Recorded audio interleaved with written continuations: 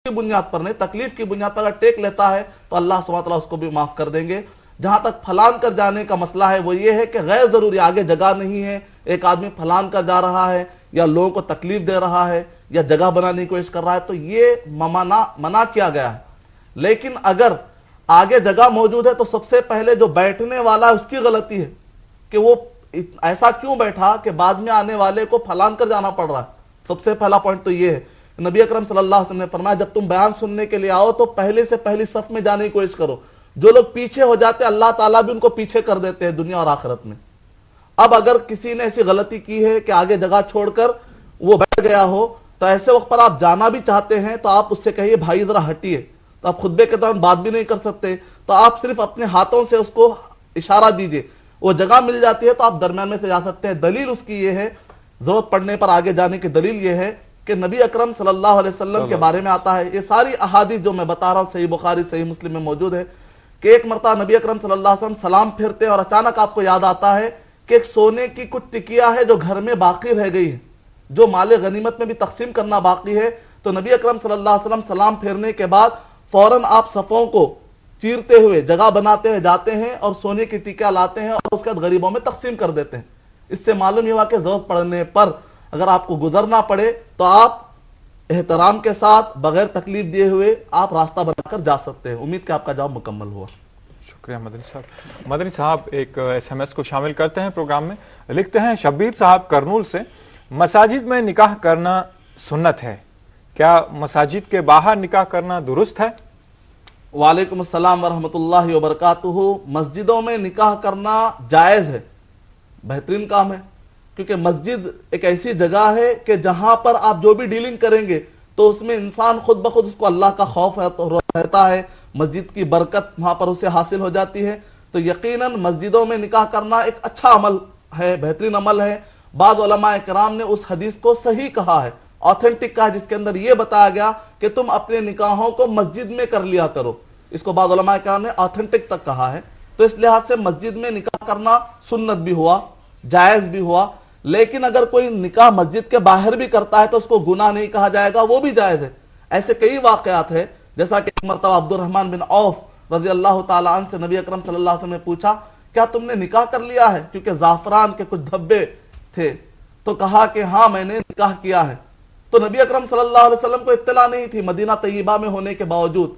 अगर वो निकाह मस्जिद में होता तो नबी अकरम सल्लल्लाहु अलैहि वसल्लम को इत्तला हो जाती, क्योंकि नबी अकरम सल्लल्लाहु अलैहि वसल्लम का घर मस्जिद नबी के बिल्कुल बाजू ही था। इसका मतलब यह निकलता है कि शायद कि वो निकाह मस्जिद नबी में नहीं हुआ था। और ऐसी कोई भी दलील नहीं है कि मस्जिद में निकाह करना ही वाजिब हो, ऐसी कोई दलील नहीं है। लिहाजा मस्जिद के अंदर भी निकाह हो सकता है, मस्जिद के अलावा भी दूसरी जगहों पर भी जहां पर अच्छे हो, शोर शराबा ना हो, गुनाह के काम ना हो, हराम काम ना हो, वहां पर भी आप निकाह कर सकते हो। उम्मीद का आपका जवाब मुकम्मल हो। शुक्रिया मदरी साहब। नाजरीन एक कॉलर को शामिल करते हैं प्रोग्राम में। हेलो हेलो जी, अस्सलाम वालेकुम।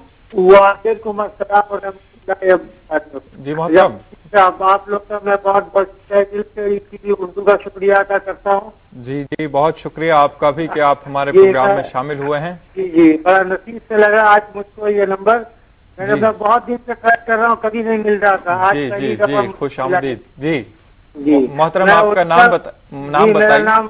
मेरा नाम है रहमत अली वारसी, मैं कटक से मैं बोल रहा हूँ, उड़ीसा से। रहमत अली वारसी साहब कटक से। जी जी जी रहमत अली साहब, एक सवाल मेरे जहन में जो है बरसों से जो है ये विर्द कर रहा है जी, जो मैं आपको बता रहा हूँ जी कि मस्जिदों में जब मौज़न अकामत देते हैं। जी हेलो जी जी आपकी आवाज आ रही है, सुन रहे हैं हम। जी, जब मस्जिद में मौज़न अकामत देते वक्त में जी कई मस्जिदों में जो है अक्सर सारे लोग एक साथ उठ के खड़े हो जाते हैं जी जब अकामत शुरू नहीं होने से पहले। जी और कई मस्जिदों में जो है अकामत जब मौज़न देते हैं, जब हय्या अल फलाह हय्या अल सलाह जब कहते हैं जी तब सब उठ के खड़े होते हैं। जी जी इसका जो है इस्लामिक तरीके से जो है कहाँ तक ये सही है? अच्छा जी। और एक सवाल जो है जी मतलब कि जो इबादत गाह का खिदमत करते हैं, जी जी कोई सा भी साजो सामान लेके वहाँ पहुँचाते हैं, उनके लिए क्या अजर है, जरा इसको बता दीजिए प्लीज। बेहतर साहब, बहुत शुक्रिया रहमत अली साहब। वैसे मुबारक आप इस प्रोग्राम में पहली बार शामिल हुए हैं। नाजरीन और एक SMS भी शामिल कर लेते हैं इस प्रोग्राम में।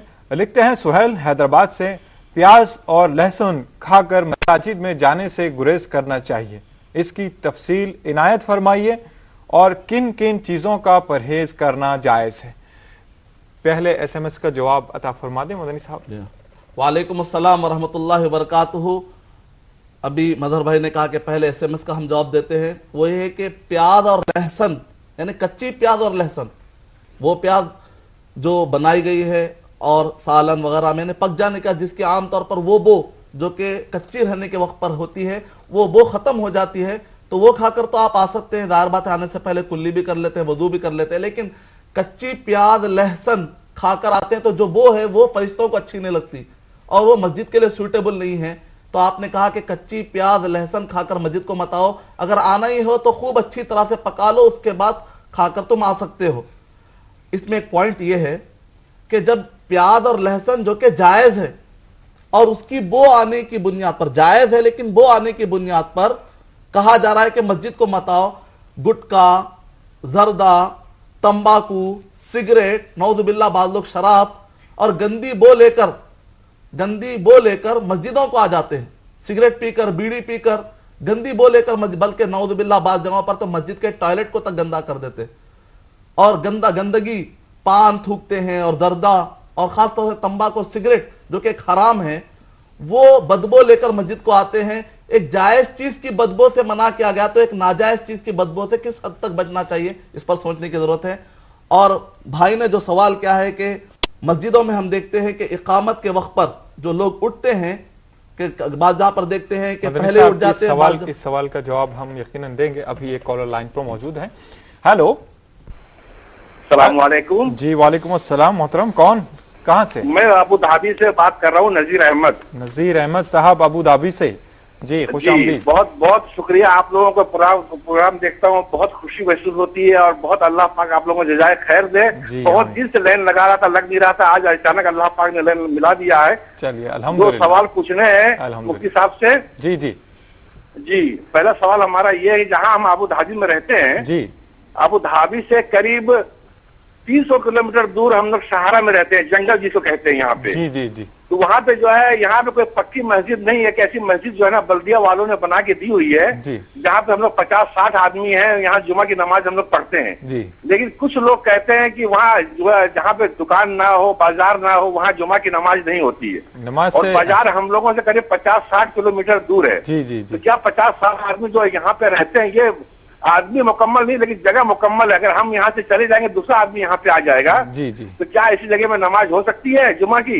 अच्छा। और दूसरा सवाल मेरा ये है मौलाना साहब से जी, कि जो तहज्जुद की नमाज हम लोग जो पढ़ते हैं जी, तो कुछ लोग कहते हैं कि ये वितिर जो पढ़ते हैं, ऐसा की नमाज जो पढ़ते हैं 3 रकात वितिर जी, वो वितिर नमाज जो है, अगर तहज्जुद पढ़ना हो तो वितिर नमाज मत पढ़ो, तहज्जुद पढ़ने के बाद 3 रकात नमाज वितिर पढ़ लो तो सवाब ज्यादा है जी जी, या वितिर हम ऐसा के साथ पढ़ ले बाद में तहज्जुद पढ़ ले तो कोई इसमें मुश्किल तो नहीं है? अच्छा। ये मुझे मैं मालूम करना चाहता हूँ।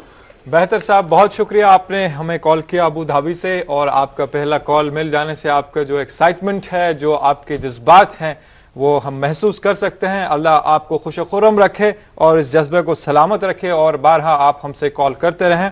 मदनी साहब, इससे पहले भी भाई ने कॉल किया था जो मसाजिद में इकामत के सिलसिले में, उन्होंने कहा दोनों मुस्तहसन तरीके क्या है या बेहतर तौर पर क्या है, ये भी बता दें। ये दो सवाल, भाई का और एक भी सवाल था इकामत से ही मुताल्लिक है जी। वालेकुम अस्सलाम व रहमतुल्लाहि व बरकातुहू। एक भाई ने सवाल किया था कि इकामत देते वक्त पर कब खड़ा हो जाए, कब खड़ा होना चाहिए? बाद मस्जिदों में हम देखते हैं कि पहले उठ जाते हैं, बाद मस्जिदों में देखते हैं कि हय्या अलस सलाह हय्या अलल फलाह पर उठते हैं। इसका जवाब इब्ने हजर रहमतुल्लाह अलैह ने फतहुल बारी में सही बुखारी की तशरीह करते हुए किताबुल इकामा, किताबुल अज़ान वल इकामा के अंदर दिया है कि जब हम सहाबाए कराम की जिंदगियों को पढ़ते हैं तो हम देखते हैं कि कुछ लोग हैं जो अल्लाह अकबर पर उठा करते थे, कुछ लोग हय्या अलस सलाह पर, कुछ लोग हय्या अलल फलाह पर, कुछ लोग पहले उठ जाते थे और कुछ लोग जाहिर बात है तकबीर तहरीमा के वक्त पर आते थे।